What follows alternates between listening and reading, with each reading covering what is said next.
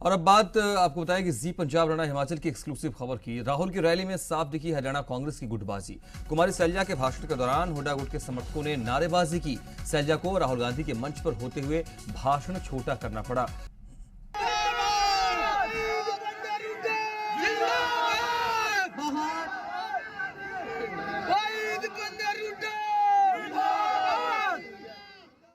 हरियाणा में राहुल का दौरा, लेकिन मंच पर हरियाणा कांग्रेस की एकजुटता एक बार फिर बिखरी हुई ही नजर आई। इसका खामियाजा पहले लगातार भुगता है कई बार, और यही स्थिति आज भी है। हमारे संवाददाता विनोद लांबा हमारे साथ जुड़ रहे हैं। विनोद, किसान को लेकर के एकजुटता दिखाने की कोशिश राहुल गांधी की तरफ से, लेकिन क्या हरियाणा में ये कोशिश सफल हुई? अब देखिए, वो किसानों को लेकर जो तमाम प्रयास किए जा रहे थे कि कहीं ना कहीं संदेश पहुंचाया जाए कि 3 किसान बिल हैं वो किसानों के हित में नहीं है। ये हरियाणा कांग्रेस ही नहीं, ऑल इंडिया लेवल पे जो कांग्रेस है वो अपने मैसेज कहीं ना कहीं कन्वे कर रही है। लेकिन ये बीच में जो गुटबाजी की खबरें आपने देखा होगा कि नवजोत सिंह सिद्धू एक दिन रैली में आए, दूसरे दिन जो तमाम सफाइयां दी गई हो, लेकिन ऐसे ही इन मामलों से अछूती कहीं ना कहीं कांग्रेस, हरियाणा कांग्रेस भी नहीं रही है। और खासतौर से जो समर्थक हैं हुड्डा ग्रुप के, वो बहुत प्रखुर होते हैं और वो बिल्कुल शांत नहीं रहते। और सैलजा का भाषण अभी चल ही रहा था, इस बीच इस तरह की जो नारेबाजी देखने को मिली। और ये नारेबाजी का हौसला अगर आप देखें तो कहीं ना कहीं जब राहुल गांधी ने भी कुरुक्षेत्र मंडी में अपनी रैली को बोलना शुरू किया तो उनके सामने भी लगातार जारी रहे।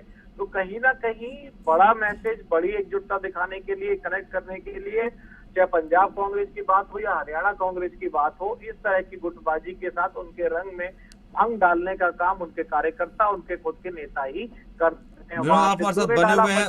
विनोद, दर्शकों को ये एक्सक्लूसिव खबर एक बार फिर से बताना चाहते हैं। दरअसल राहुल गांधी की रैली में हरियाणा कांग्रेस की गुटबाजी नजर आई है और उसी की ये तस्वीरें हैं। आप इसमें देख सकते हैं कि कुमारी सैलजा भाषण देने के लिए पहुंची हैं, लेकिन हुड्डा गुट के समर्थक जो थे सामने, वो नारेबाजी करने लगे, हुटिंग करने लगे। और इस हालात ऐसे हुए कि कुमारी सैलजा को राहुल गांधी के मंच पर होते हुए भी भाषण को छोटा करना पड़ा, और सिर्फ उन्होंने राहुल गांधी और सोनिया गांधी जिंदाबाद के नारे लगाए और उसके बाद धन्यवाद करके वो पीछे हट गई हैं।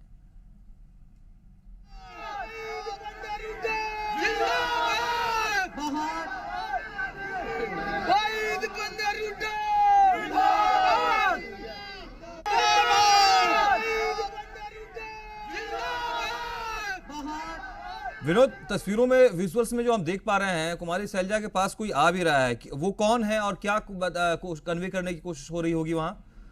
देखिए, मंच का संचालन कर रहे थे वो नेता है अशोक अरोड़ा, जो पहले इनेलो के हरियाणा अध्यक्ष हुआ करते थे और कांग्रेस में शामिल हो चुके हैं। अशोक अरोड़ा मंच का संचालन कर रहे थे। उन्होंने कुछ कहा सैलजा से, जिसके बाद सैलजा ने कहा कि मंच से और जो तमाम नीचे लोग दर्शक बैठे हुए हैं, कार्यकर्ता बैठे हुए हैं, 2 ही नारे लगाएंगे, सोनिया गांधी और राहुल गांधी जिंदाबाद। उसके बाद जब ये नारे लगे तो नारे कंप्लीट हो रहे थे, उसके बावजूद भी दीपेंद्र हुड्डा के नारे लगे। लेकिन सबसे बड़ी अनुशासनहीनता इन कार्यकर्ताओं की ये कही जाएगी, जब राहुल गांधी ने आकर बोलना शुरू किया उस समय भी दीपेंद्र हुड्डा के नारे लगे। तो कहीं ना कहीं हुड्डा ग्रुप के जो कार्यकर्ता हैं वो अनुशासनहीन हैं और किसी दूसरे नेता को अपने नेता के सामने जिस तरह से पहले आरोप लगते रहे हैं, बर्दाश्त मुश्किल से कर पाते हैं।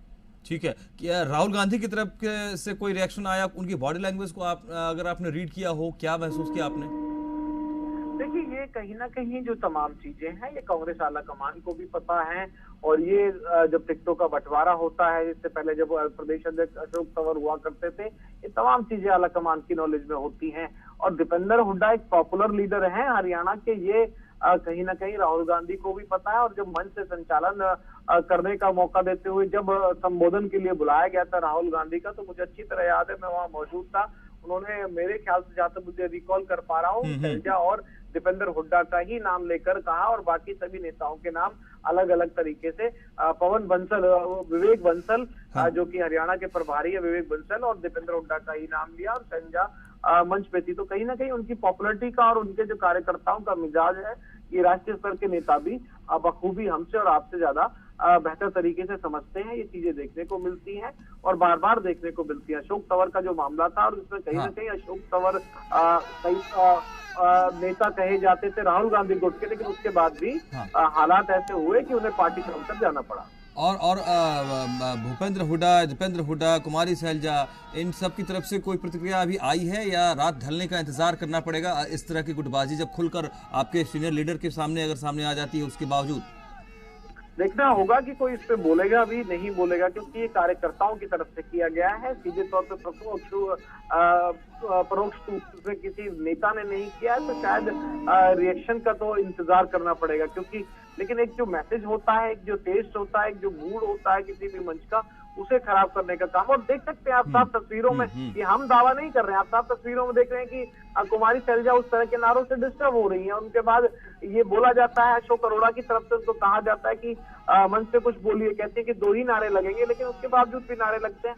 तो हम ये कुछ नहीं कर रहे हैं, सामने तस्वीरें हैं और कार्यकर्ताओं की तरफ से किया गया। नेता इस पर जो भी अपना पक्ष देना चाहें दे सकते हैं, लेकिन ये हमने साफ तौर पर देखा कि कैसे दीपेंद्र हुड्डा के नारों ने सैलजा के भाषण को बीच में ही डिस्टर्ब कर दिया। और रंग में भंग मैं इसलिए कह रहा हूँ कि क्योंकि आपने देखा वो शहरी नवजोत सिंह सिद्धू जिस तरह से पूरा विवाद नजर आया कि एक दिन आए मंच पे बड़ी मनोवल के बाद और अगले दिन नहीं आए, तो ऐसी कुछ चीजें यहाँ भी देखने को मिलती है। वो बड़े स्तर की थी क्योंकि वहाँ एक बड़े नेता का खुद का नाराजगी था, यहाँ कार्यकर्ताओं ने रंग में भंग डाला है। हम सिर्फ इतनी बात इन तस्वीरों के माध्यम से दर्शकों के सामने रख रहे हैं। और तैयारी बड़ौदा उपचुनाव की हो रही है, दावे बड़े बड़े किए जा रहे हैं, आसमान छू लेने वाले।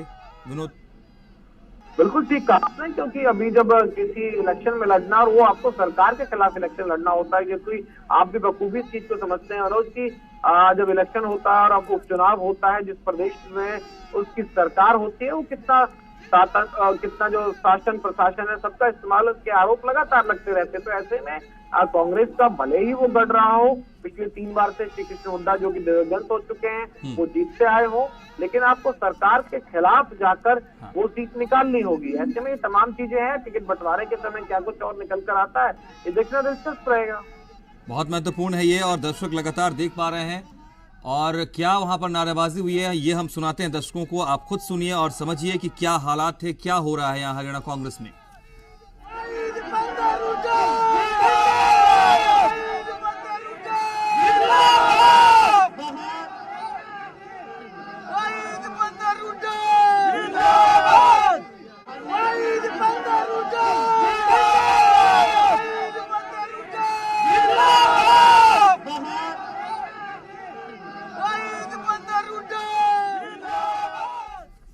विनोद, ये जिस तरीके की अनुशासनहीनता आई है, यहाँ कार्रवाई के आसार नजर आते हैं, लेकिन चूंकि दो धड़ों में 3 धड़ों में बटी हुई कांग्रेस है, क्या इसमें कार्रवाई होगी भी? और चूंकि राहुल गांधी की मौजूदगी में अगर आप ऐसा करते हैं तो फिर ये कैसे यकीन किया जाए कि हरियाणा में जिन हाथों में नेतृत्व दिया गया अलग अलग तरीके से, वो नेतृत्व जो है कांग्रेस के प्रति भी उस तरीके से काम कर पा रहा है? उस पर भी सवाल उठते हैं।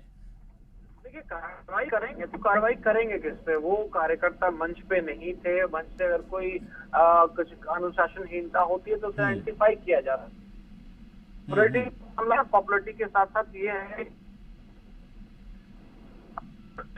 वाकई बहुत स्थिति जो है वो ऐसी नजर आई है जहां हरियाणा कांग्रेस लगातार कई दावे कर रही है, उस पर सवाल खड़े होते हैं। और बड़ौदा उपचुनाव भी सामने है, राहुल गांधी जैसा पार्टी का सबसे सीनियर लीडर जो है वो वहां पर मौजूद रहे, उसके बावजूद अगर ऐसा होता है तो ये वाकई बताती है स्थितियां कि हरियाणा कांग्रेस में सब कुछ ठीक तो नहीं है। शुक्रिया विनोद लांबा आपका।